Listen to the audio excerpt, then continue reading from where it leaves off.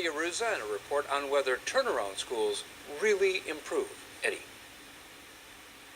Phil, when a school is failing its students, is a total house cleaning of its teachers and administrators the best thing to do? That is what is commonly referred to as a turnaround, and it's one of several controversial strategies for trying to improve struggling schools. The Chicago public school system has implemented turnaround strategies at dozens of schools, and a new report issued by the University of Chicago's Consortium on Chicago School Research gives turnarounds mixed reviews, saying it works well in some cases, but not in others. Here to give us their take on that report's findings are Noemi Donoso, Chicago Public Schools Chief Education Officer, and Jackson Potter, Chicago Teachers Union Staff Coordinator.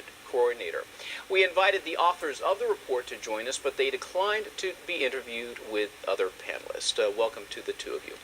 Noemi, so there's something apparently in this report for each side of the controversy to support their arguments.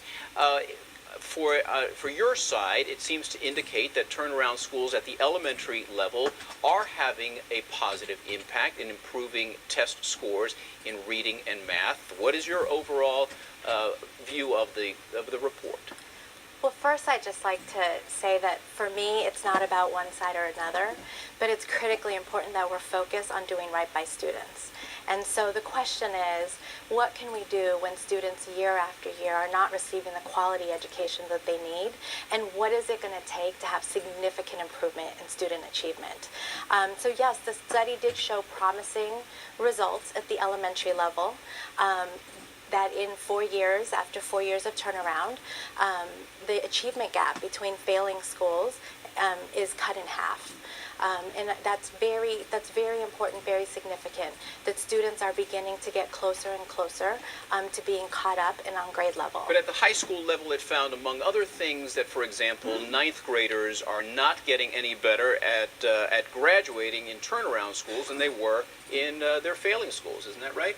So there were fewer high schools in the study overall, and the data went up to 2010. We have been doing more and more high school turnarounds, and part of why we're doing our own turnaround model that we call OSI, Office of School Improvement, CPS run turnaround, is because there aren't any national models today out there that have really proven to have a significant impact on student achievement at the high school level. There are, again, less significant gains in some places, and what we found so far when we look at our data from last year in our OSI turnaround schools is that with ninth graders, ninth graders entering our OSI turnaround schools are 53% more likely to stay on track. I'll ask you what that strategy is, but Jackson Potter, we know that the Chicago Teachers Union has opposed these turnarounds, mostly because of their impact on your membership. Does this report change your mind at all in terms of helping the students? Well, I would correct that. We would argue that the turnarounds are not good for children. One thing the report doesn't look at is comparing how much extra support and resources and personnel the turnarounds get compared to neighborhood schools. AUSL schools get $500,000 extra per high school, $300,000 per elementary. There's 3 adults in every classroom. Let's define what that is. That's the Academy for Urban School Leadership, and we need to note right at the very top that it was started by Martin Koldyke, who is not only a trustee here at Channel 11, he's also the founder of the Golden Apple Awards. So tell us what that is. Well, you have a situation where there's an investment in additional resources and support into schools, and they're being compared to schools that don't receive those things. So the extra instructional coaches, the extra staff to be in classrooms. In fact, Tim Cawley, who used to work for AUSL and now is helping to run the Chicago Public Schools, has said, we will withhold resources unless and until we know we can change and turn around the school. So schools at the neighborhood level are being starved, denied these funds and supports until they can be handed off to a politically connected turnaround operator. Noemi, what about that? That some of these schools under this AUSL model are receiving a lot more support and funding.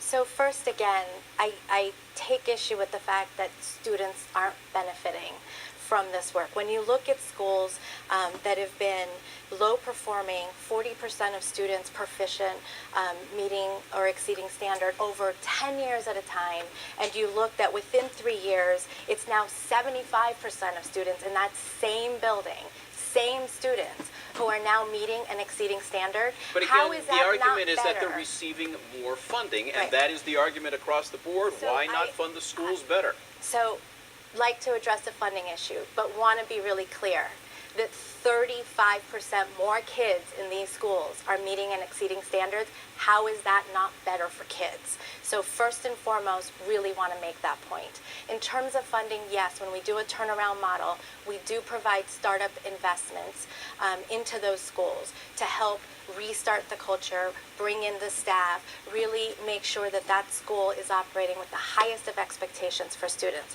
We also have schools that are on our recommended list for school actions that are actually in the top 25 district-wide for the highest per pupil revenue that they're receiving. Jackson Potter, what about that? If the teachers and the administrators are not doing their job, they're not succeeding in helping these students, why not come in and clean house and use any strategy that you can to help the kids? Sure. What the story that's not being told here is that just today, roughly 12 schools filed a lawsuit. The parent representatives on the local school councils filed a lawsuit for an injunction to stop the turnarounds and closings because they say nobody from CPS ever sat down to talk to them about how they could improve their school based on their probation status. For years, for decades in some cases, they've been completely neglected and abandoned by the district.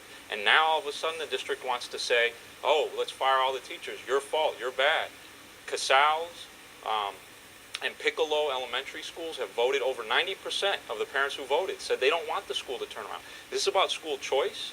Is this about listening to what parents want for their children? Or is this about a district bent on handing over schools to the business community so they don't have to do their jobs? No, I mean, don't know. So one of the findings in this report also that isn't positive about turnaround schools is that the new teachers that are brought in tend to be far less experienced. They tend to be mostly white, and they're not providing the same kind of experience that the teachers that the kids had have. What about that? Are you supporting the teachers and administrators in these failing schools with the resources that they need in order to change instead of coming in to clean house? So absolutely, we're investing in all of our schools. We're rolling out Common Core standards, and we're investing in professional development for all teachers throughout the system. As you know, we've been very much focused on increasing student learning time in all of our schools. Well, and what about the argument that Jackson brought up, that teachers and administrators, principals say, we weren't given the support we were needed before they came in and cleaned house and gave us all Like I pink said, slips? some of the schools that are on the recommended school action actually get the highest per pupil funding in the district.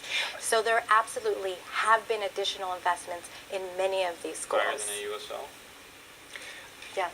Do you have some concerns about that finding, that the teachers that are brought in are less experienced and tend to be white? Not necessarily that race or color has anything to do with it, but it is shutting out, it seems like, minorities. So my understanding with the facts there, AUSL as an example, that there were 235 African American teachers pre-turnaround, 205 African American teachers post-turnaround. So it's not that they were mostly white, but definitely it was 30 teachers less that were African American. There could be a host of reasons that explain that.